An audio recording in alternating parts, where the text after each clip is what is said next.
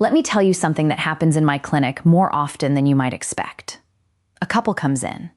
They have been together for years, sometimes decades.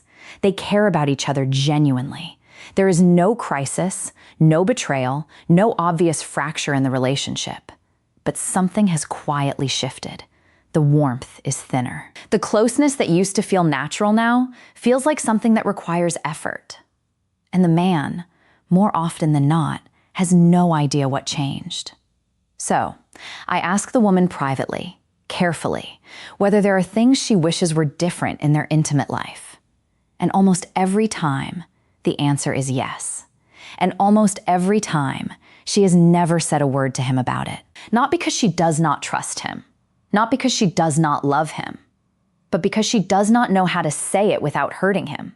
Because she tried hinting and it did not land. Because at some point, she made peace with the idea that this was simply how things were going to be. Gentlemen, what she is protecting you from is also what is quietly creating distance between you. My name is Dr. Nerita, and today I am going to tell you the 3 most common mistakes men make in their intimate lives. Mistakes that affect not just physical connection, but emotional closeness, dignity, and the overall health of a relationship. I am going to tell you what they are, why they happen biologically, and exactly what to do differently. She may never bring this up, but that does not mean it is not costing you both something real. Before we go further, please hit the like button right now.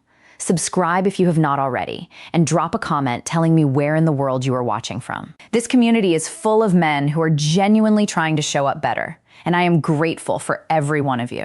Let us get into it. Before we get to the 3 mistakes, I want to dismantle something first. Most men who make these mistakes are not careless. They are not selfish. They are not indifferent to their partner's experience. In the vast majority of cases, the men I work with are genuinely loving, genuinely trying, and genuinely confused about why something that should feel natural has become complicated. And that confusion comes from a myth that most men absorb somewhere along the way. The belief that good intentions automatically produce good results in intimacy. They do not. Not because intention does not matter, but because intimacy, particularly for women, and particularly in the context of long-term relationships, is governed by factors that good alone cannot address. It is governed by biological timing, by emotional safety, by the quality of presence brought into the room.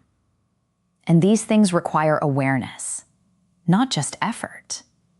The men who make the greatest difference in their partner's experience of intimacy are not necessarily the most experienced or the most confident.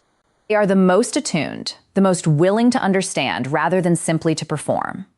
And that attunement, that understanding, is exactly what today's conversation is designed to give you. Mistake number 1, you are skipping the most important part. If there is one mistake that underlies almost every other intimacy challenge I see in couples over 50, it is this one: men move too fast. Not because they do not care, because of biology. And here's what I mean by that.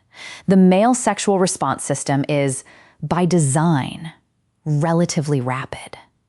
Arousal can build and peak in a matter of minutes. This is not a flaw. It is simply how the male body is wired. But the female arousal system operates on a completely different timeline. And the gap between those 2 timelines, when it goes unacknowledged, is where most of the disconnection happens. Let me give you the biology clearly. For a woman's body to be genuinely ready for intimacy, not going through the motions ready, but physically comfortable, naturally lubricated, and neurologically present, it requires what researchers call an arousal arc, a gradual build of physical warmth, emotional safety, and sustained attention.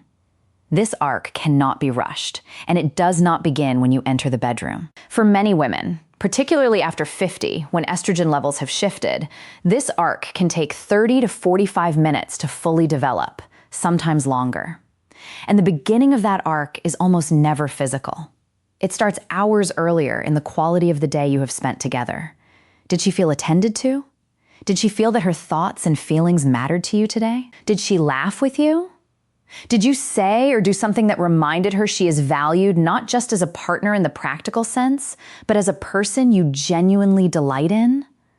Those moments are not separate from intimacy. They are the beginning of it. And when they are absent, when the connection goes directly from the routine of daily life to the bedroom, her nervous system is simply not there yet.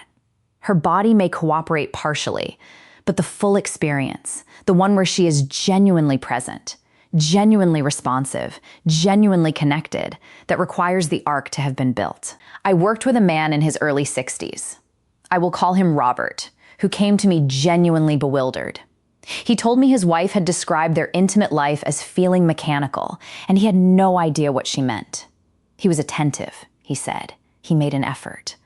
When I asked him to walk me through a typical evening, the picture became clear immediately. Dinner, television, a direct move toward intimacy with no transition, no moment of real connection in between, no conversation that went beneath the surface, nothing that said to her nervous system, "You are safe here. You are seen. You can let go."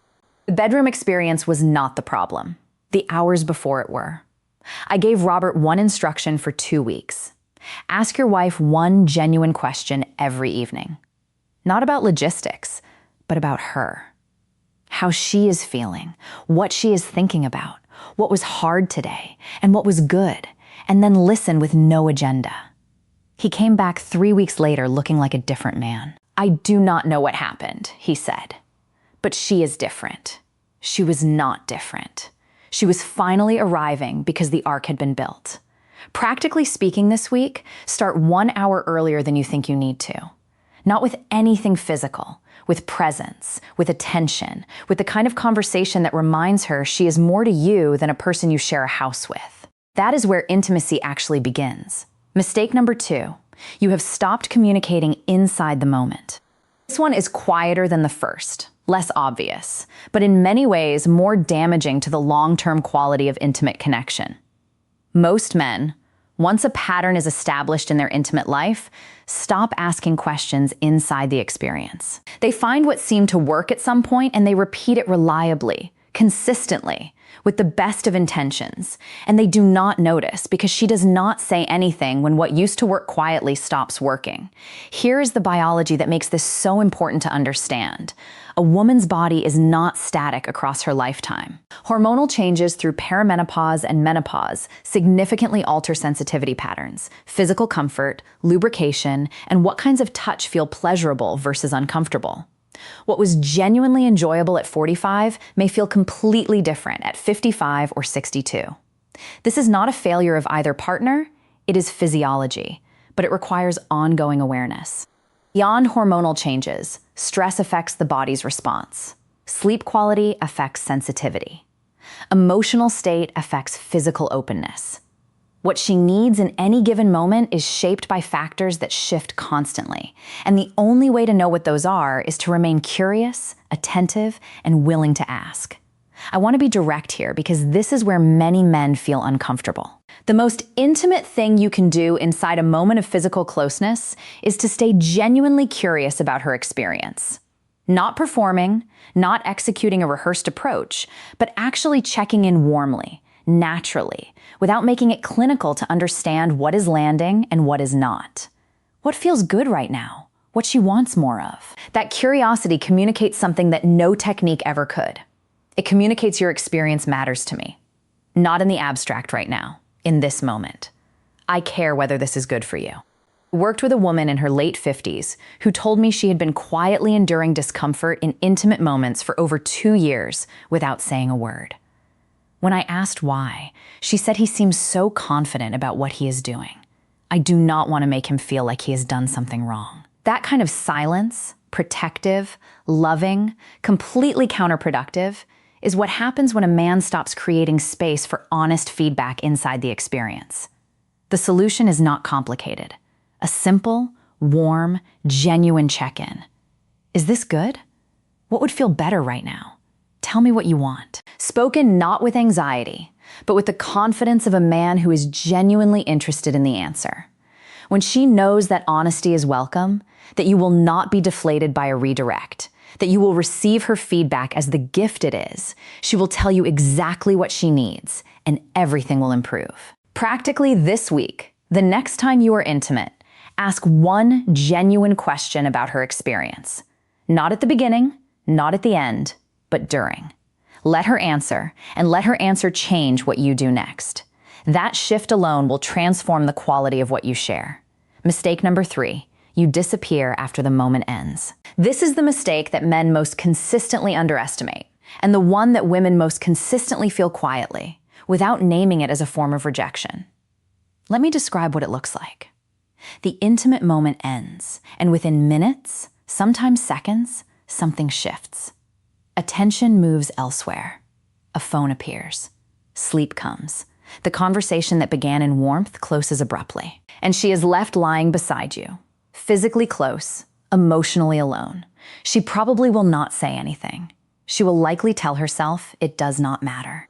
Something in her nervous system has registered a message that she did not consciously choose to receive. The closeness was only for the physical moment. Once that was over, so was the connection. Over time, this pattern does something inside.